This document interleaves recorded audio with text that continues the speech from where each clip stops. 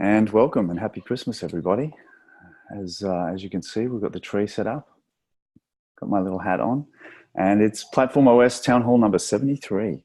Welcome and thank you. And I'm going to plug my computer back in and hand over directly to Carter, who's going to start the festivities with an amazing update on all the incredible things that she and the team are working on, from a usability improvements, feedback from our channel partners and developers, to ensure that coming into 2020 we are everything you want us to be and more. So Carter, over to you.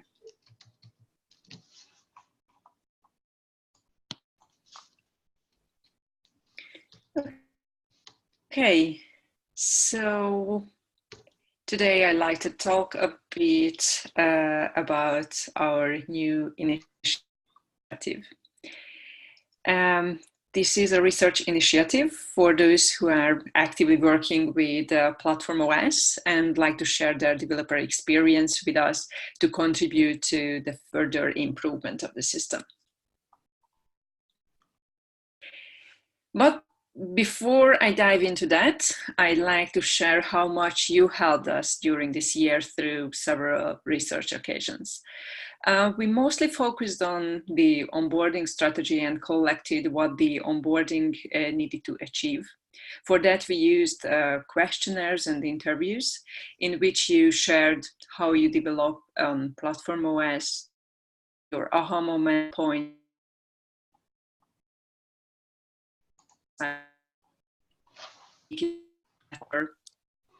Carter, your audio is dropping a little bit, so I might just turn off your video to see if that helps bandwidth.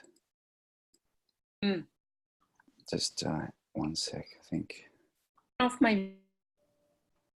Yeah, screen share is okay, but we'll just turn off the video just to see if that helps with the audio for you.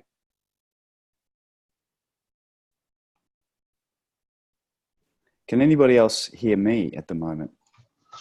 Ray? Oh, okay, great. So others can hear us. Carter, it seems to be your connection at the moment. Yeah, Carter is dropping out.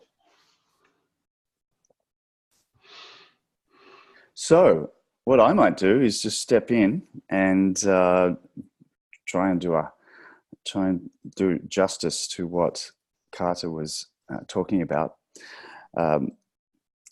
Yeah, so we'll just try that.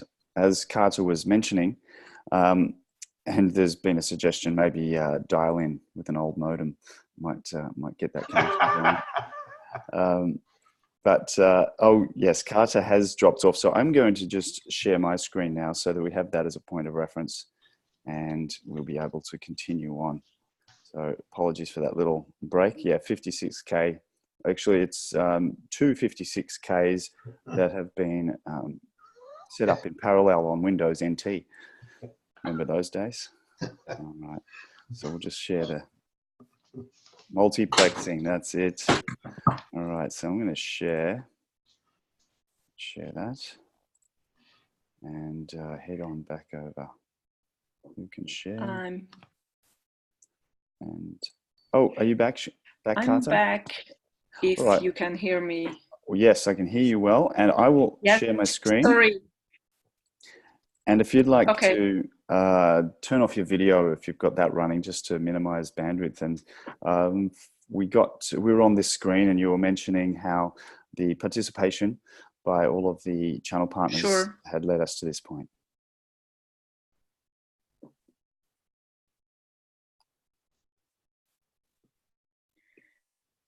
Okay, I hope this will work better. And now, sorry for some reason my internet connection is not perfect. So, where were I? Yeah. So before I dive into the research plans, I'd like to share how much you helped us during this year through several research occasions. So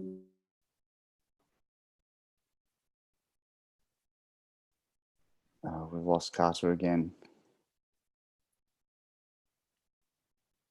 Okay. Carter, if you can hear me, I think I'm going to take over from you at this point, and I will try to do it justice. You're infinitely better at talking about the UX and research than I am.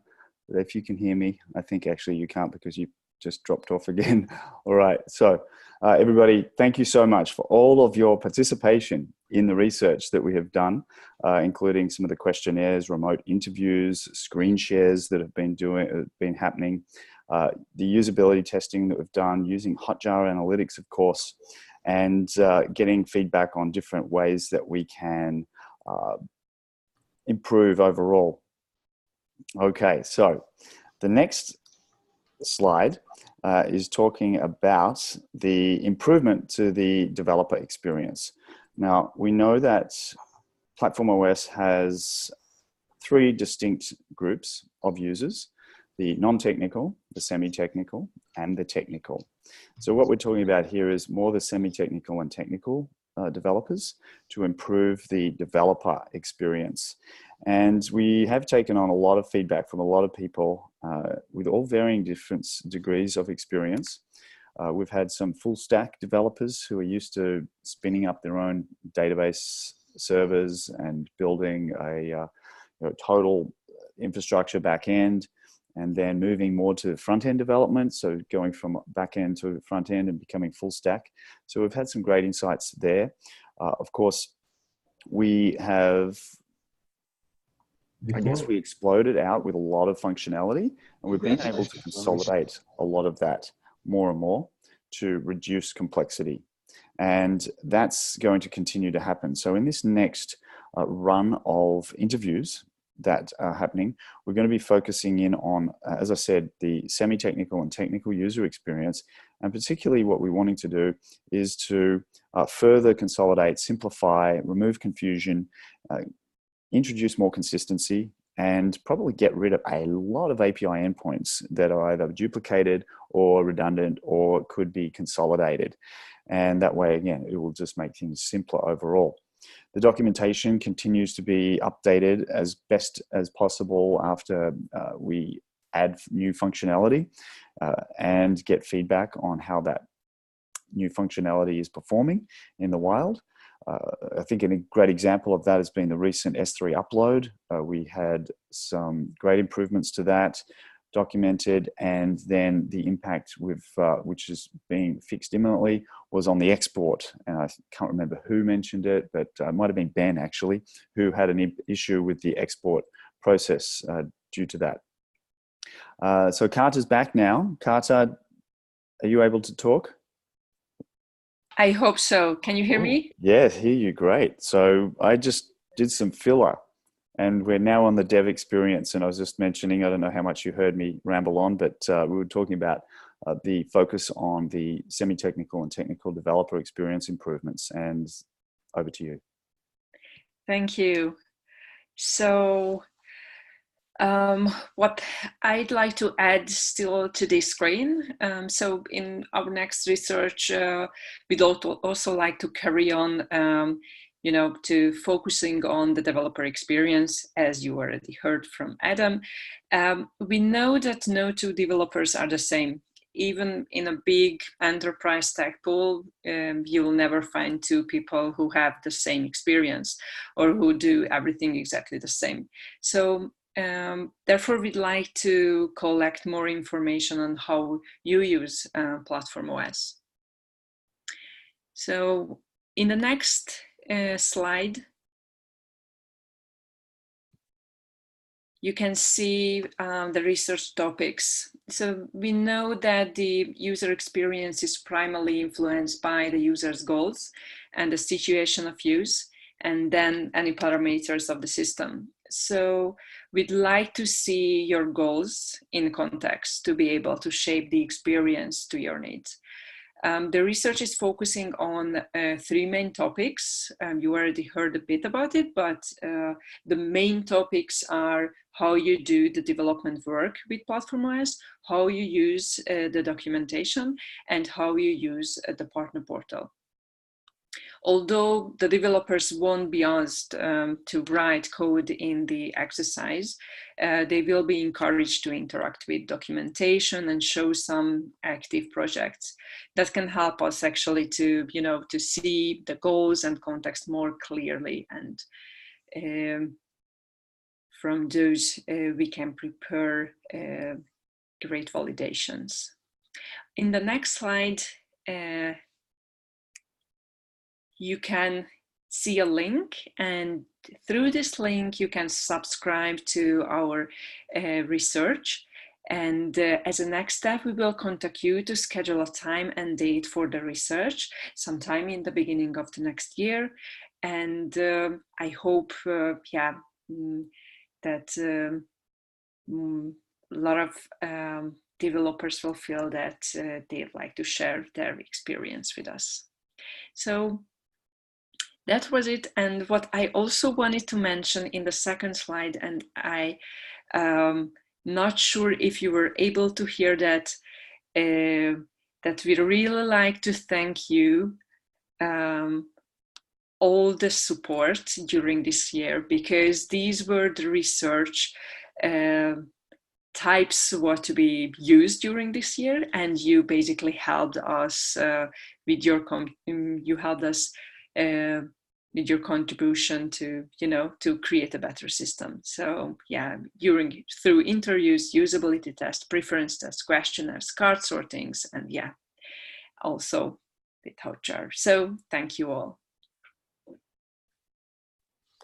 Thank you, Carter, and thanks for rescuing me at the end. You polished it off just right.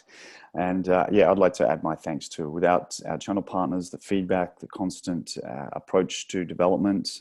Remember Simon Sinek's postulation, which is we're playing the infinite game, not a finite game. So it's not build the platform, we've arrived. It's always going to be constant, infinite changes as we move forward. Of course, we want to set some benchmarks, and but from there, we want to continue to be agile and moving with the times and not locking anybody into a monolithic solution that doesn't move and give you the best opportunities to sell the right product for your clients. So with that, thank you, Carter. I know it's very late in your part of the world, so if you need to drop off, please feel free to do that. I will continue on with some updates here. The big news, of course, is we are actually fully multi-cloud now.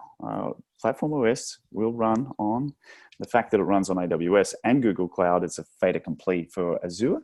And we do have, I know I've shown this link in the past, but we actually do have our examples running on a Google Cloud-based stack. And we have everything set up in our scripts for deployment of multiple stacks in any region of Google that we get demand. And we'll be launching staging, and then we'll be launching production very early in the new year. So this example site, and you've probably seen this, examples.platform-os.com, the old domain. So that runs there. What we wanted to make sure is that all of those examples, as you can see, and you can click through and you can do that, and you've got to log in and do stuff. We force the login on certain things so that people aren't using it as a free Dropbox service on certain pieces of functionality. But as you noted here in the URL, this is all of that running on a Google Cloud example, including all of our Redis memory caching clusters, our geolocation, Elasticsearch functionality, etc. So the proof of concept is more than just a proof of concept now. It's fully functional, and we're just doing this through a QA environment, similar to a staging environment. So as we do that, we will iron out any little kinks. We'll then be making that available whoops, where's my little presentation gone? Let me just present that. We'll then be making that available in staging. We do have to add the monitoring, that's right. Staging will be early Q1, could be very early, given the incredible velocity that the guys are doing. And then we will definitely in the first quarter next year have production ready Google Cloud services. And to celebrate that, we're going to have a little special that we'll talk about next year. But I do want to call out the team around who made this possible. Maciek, Derek, Piotr, and Ignacy. Awesome teamwork on the platformOS side of things. And as I said, it's a fait accompli now to be able to deploy to Azure. And on the Google side, we were working with Drishti and Ian. Where's Ian? Ian's over here. We met with product managers in the infrastructure cloud team who are amazing. Like these are the people that determine what Google Cloud is going to have as functionality. So we've now met with the right people. It was great to connect with these senior execs who are very keen and happy about what we've done. We talk technical throughout this meeting as well. We've got another check-in early next year. But as I said, our velocity in hitting goals for the proof of concept and now going into staging and production is ahead of schedule. Google's really excited.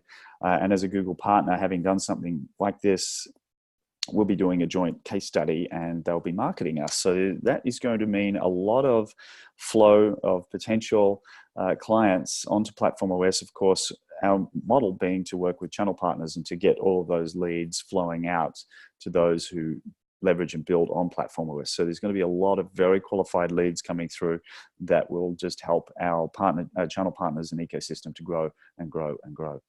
So very excited about that. Also, the improvements that are coming along nicely with our partner portal around our sign up journey. The designs are looking fantastic.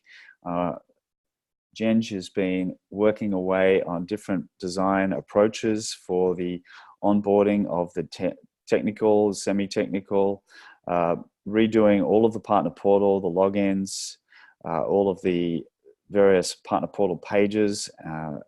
And there's a cat who's very impressed about that. As I said, I'm working from home today. So a lot of great designs are happening around the onboarding process and sign up, as well as we are, and why does that keep doing that? I should be able to have that run and flick over, shouldn't I?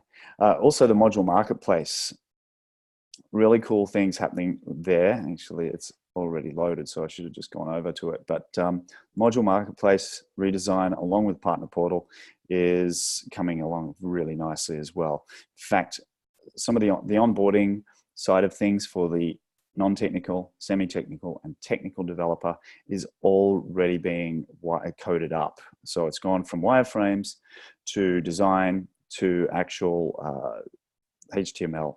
So we're really impressed and happy with the way that's panned out.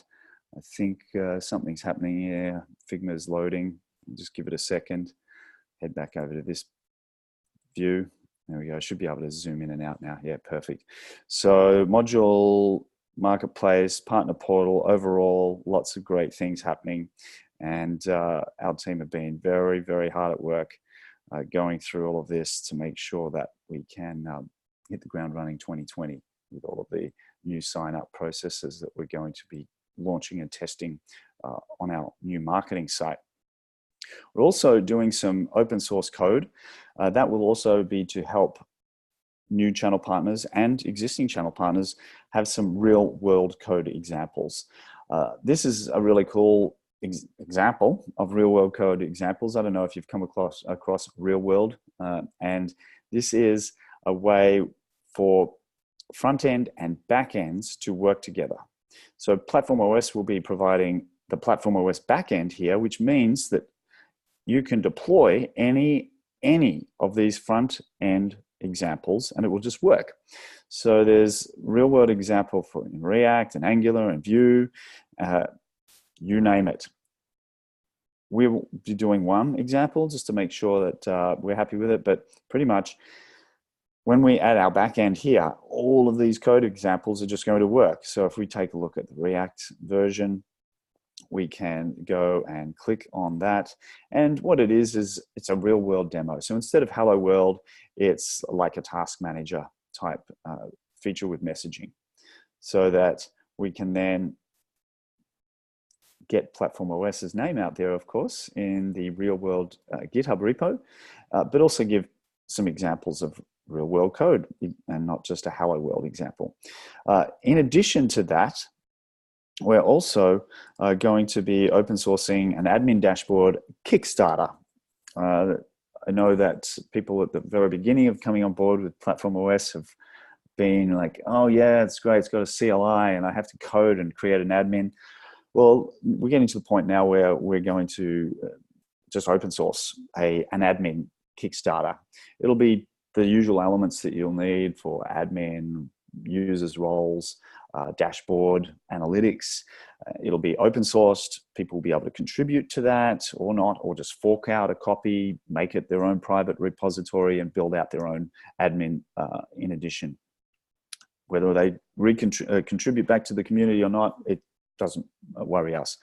We love the contribution. We love people being involved in the public repo, but we're not worried if you take a copy and use it for your own purposes. Build your own admins for all of your client sites.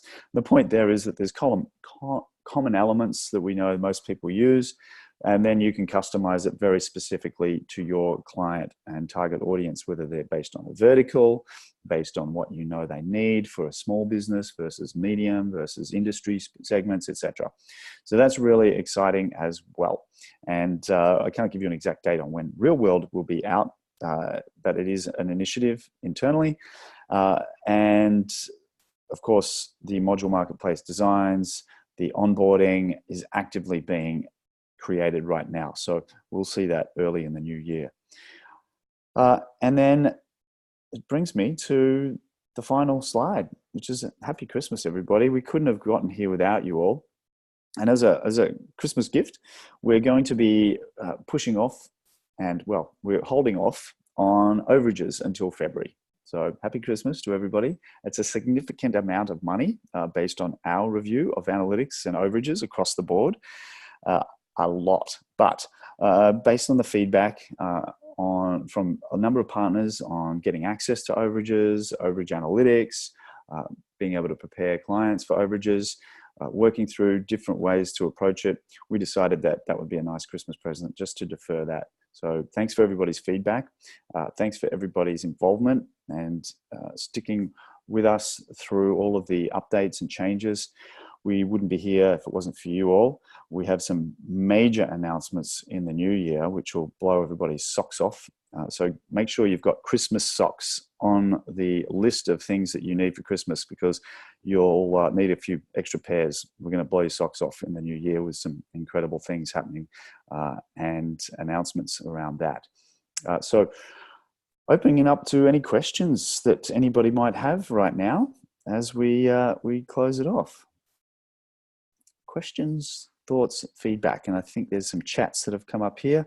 I'll stop sharing, head over to my chat window.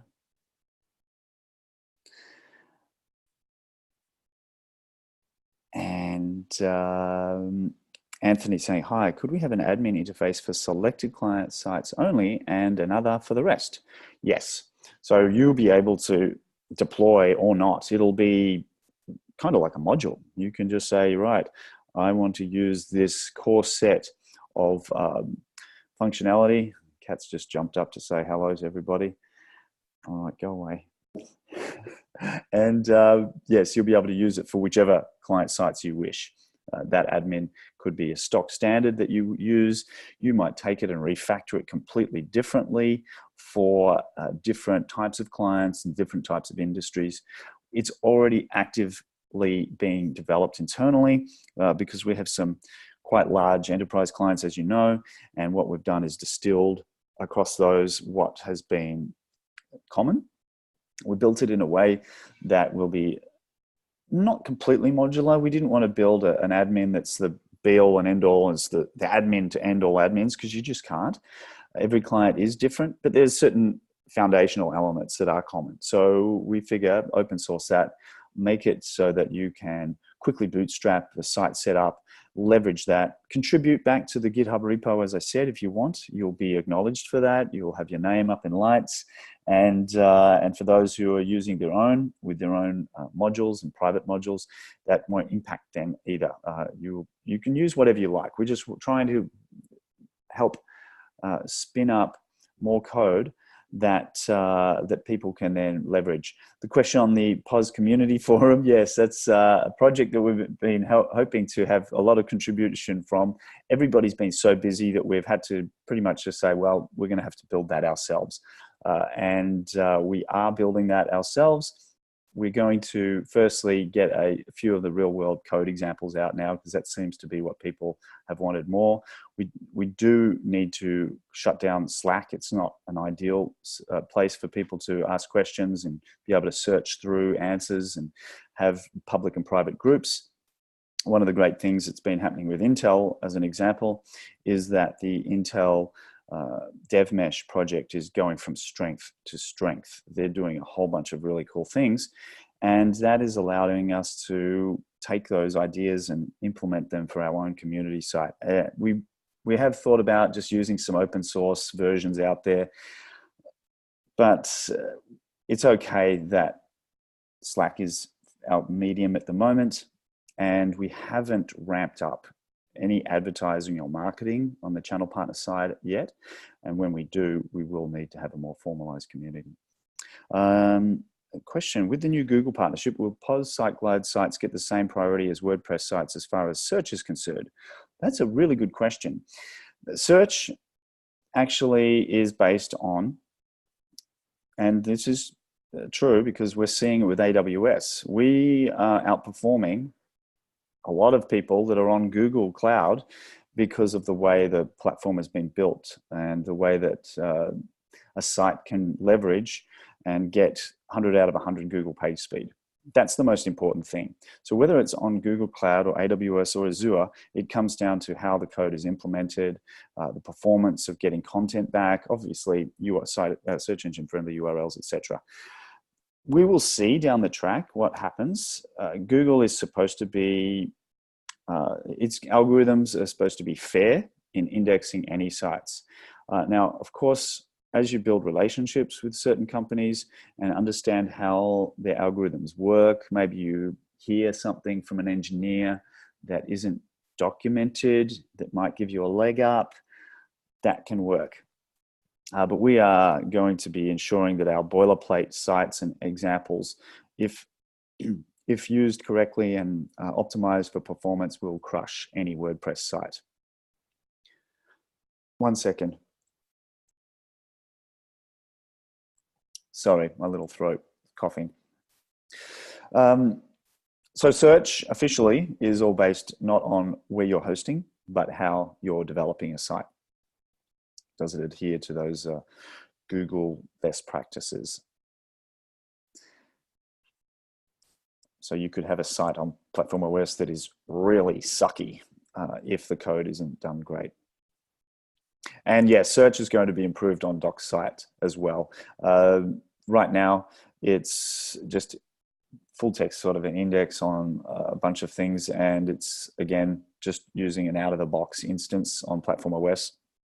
We haven't done the discoverability across docs simply because we're working on content as much as possible first, and then Pavel and Diana are going to look at how navigation and also the people who search for this also search for that. We're going to throw the crazy egg or whatever that was, it helps us track, and use some of that.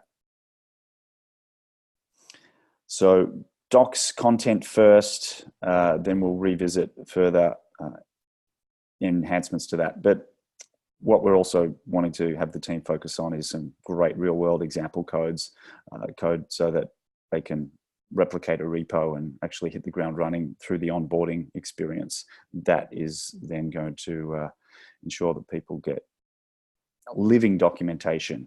So we'll have the sign up, here's a site, and the how-to documentation will link to more advanced articles if they want to drill down, but they'll have some working code to actually guide them through writing really optimized sites. Any more questions?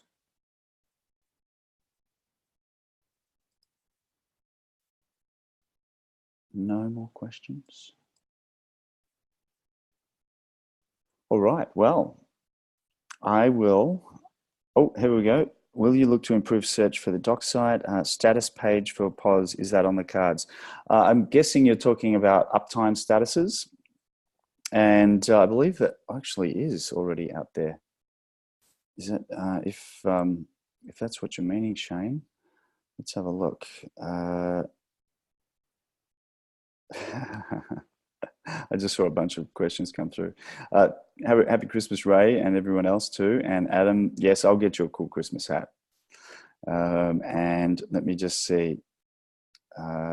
platformOS rollouts. Let's go and check out the platformOS.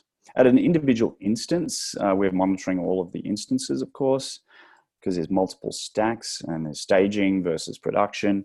I think production pretty much across the board have been easily triple nines, 4 nines, and most months 100% uptime. And so let's go and find, where is that documentation site? And the roadmap update will get updated by Maciek and the team after Christmas. So they've just been hammer and tong actually working on stuff, getting a whole bunch of new things, some new endpoints out for channel partners to access overages on instances, and also do hard deletes in line with GDPR and a bunch of other things, so that hard deletes can be happening instantly if you want. Of course, you still get charged for usage, but if it's deleted and it's gone, then the next month you won't be. Video training is going to happen as the new documentation comes off. So I'll be jumping in on those videos. That will be #1 way to get training out there, living examples through the videos, and we'll add those to the relevant documentation pages. And where are we? There is a status. I'm going to have to ask the guys to send that link. I thought it was on the documentation site where we have the status.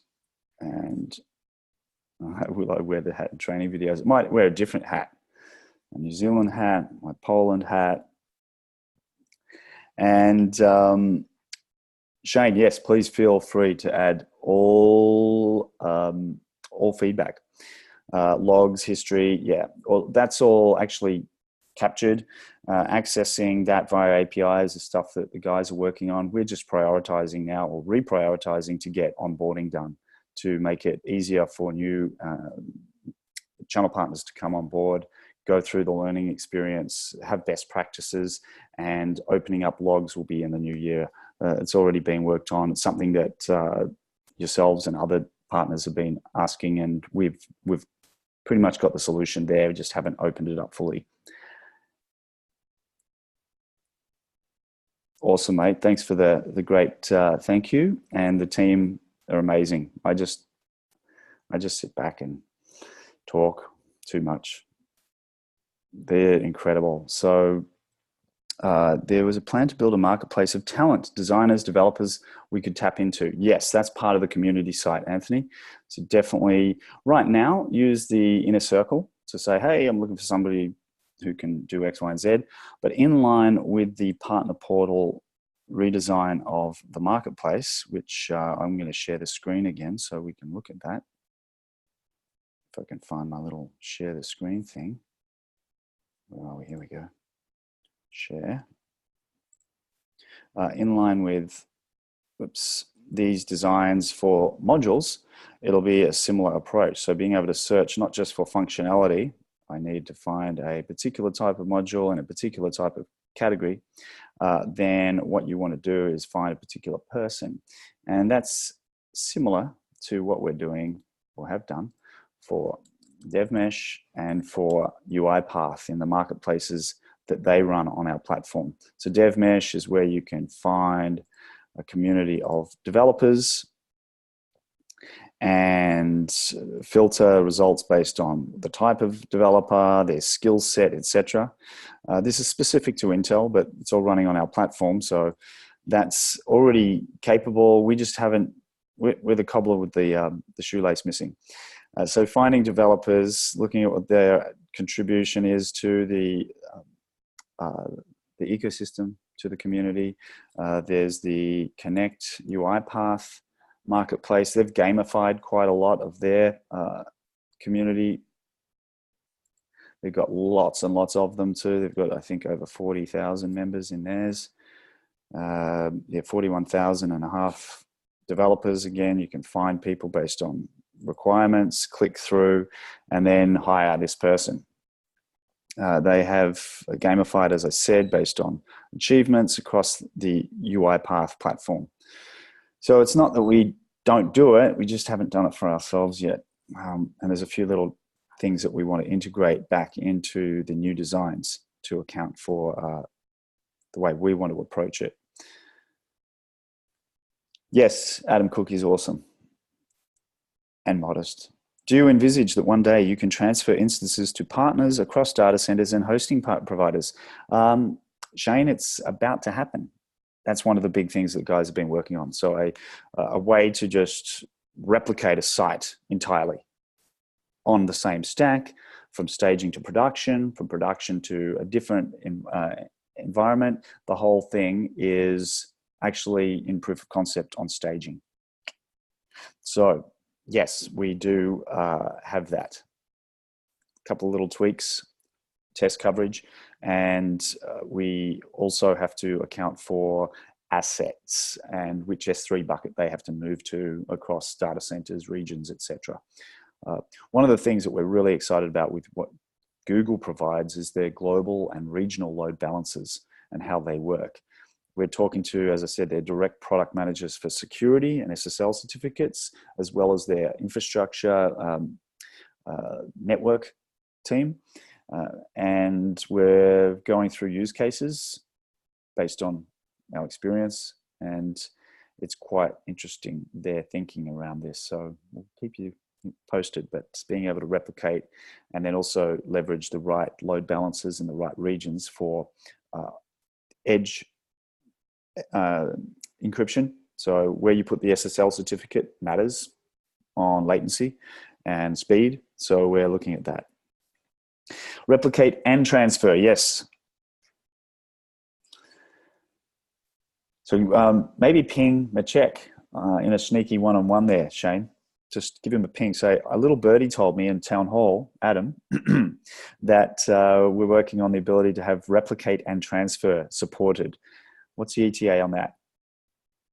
It's imminent. It's being worked on. It was a major thing that we've really been pushing. That's why you don't have search in Actually, if you wanted to pick between the two, better search in documentation or this other feature, what would you prefer? Okay, all right, answered. Adam answered for you. All right, replicate and transfer is the way to go. Some other enhancements to DNS,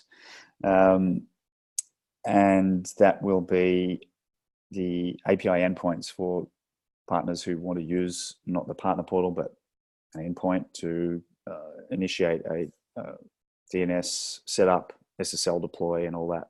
We've got a few enhancements to that Derek has finished up.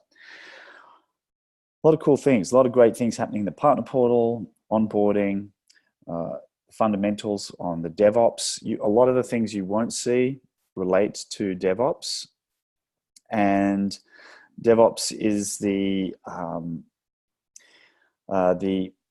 hardest part. It really is.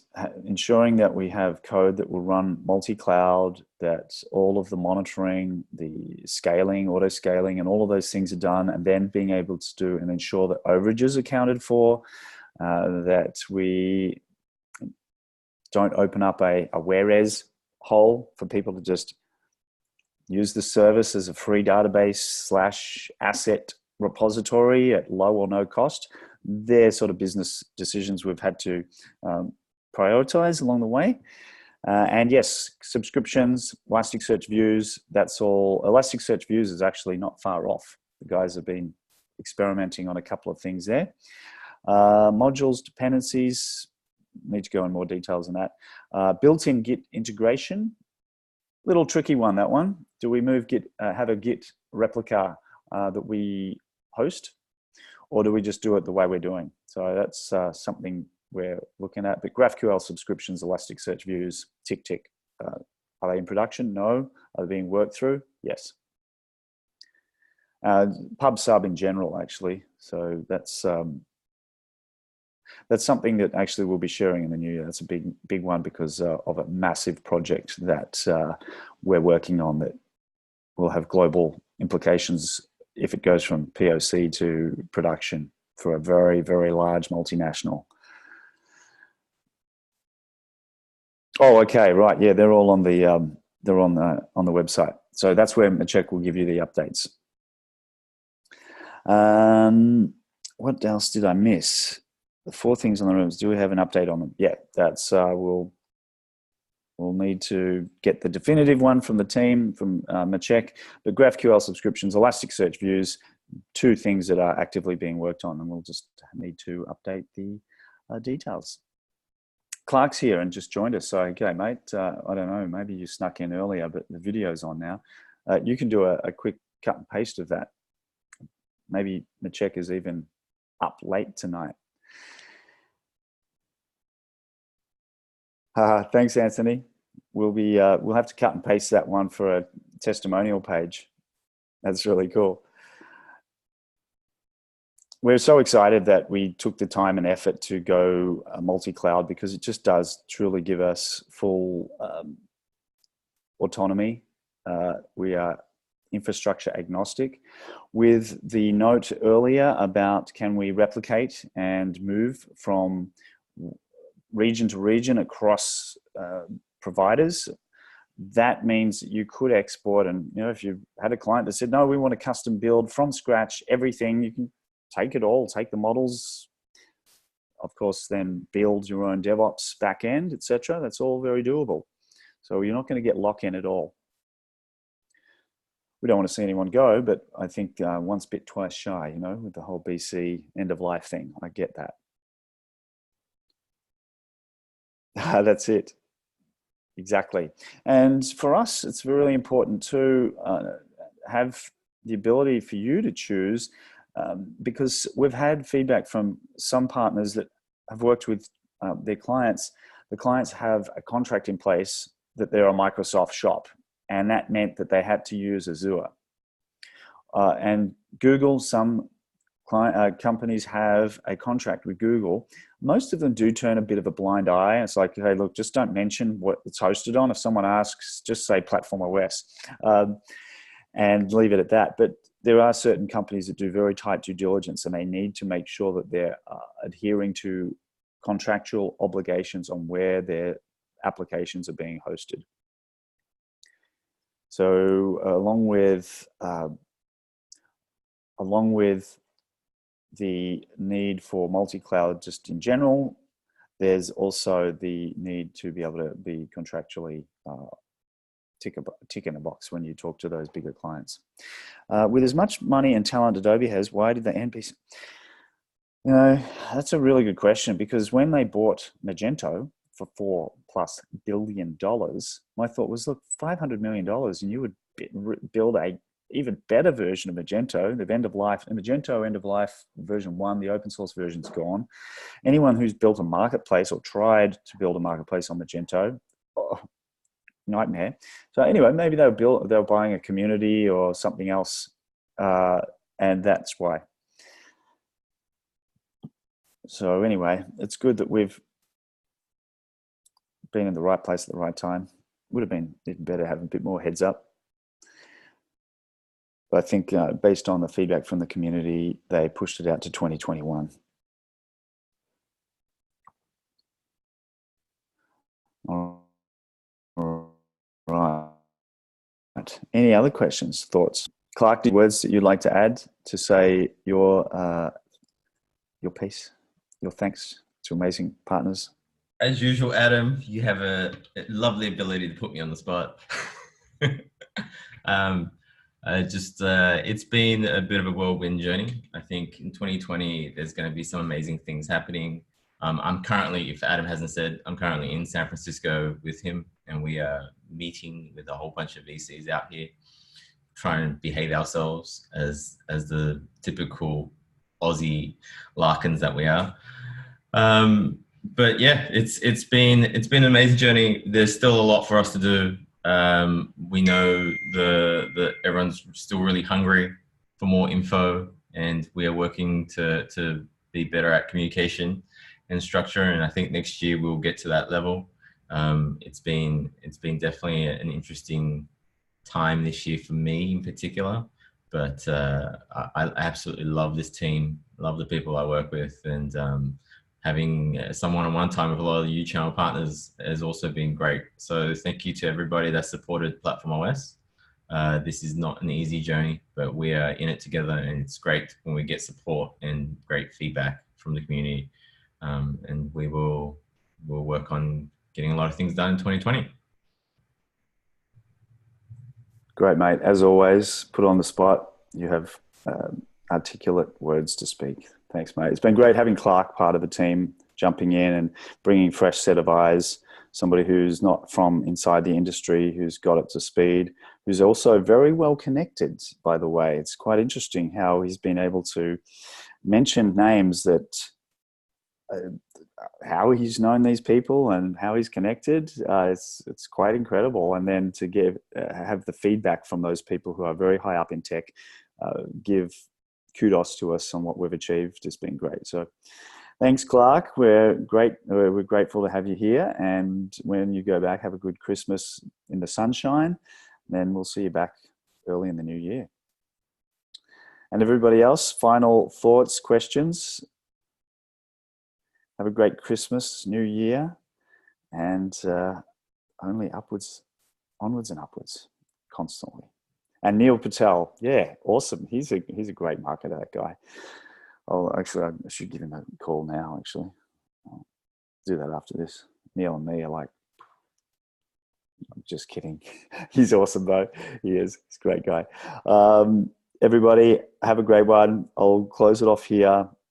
Happy Christmas, New Year, good evening, afternoon, good night.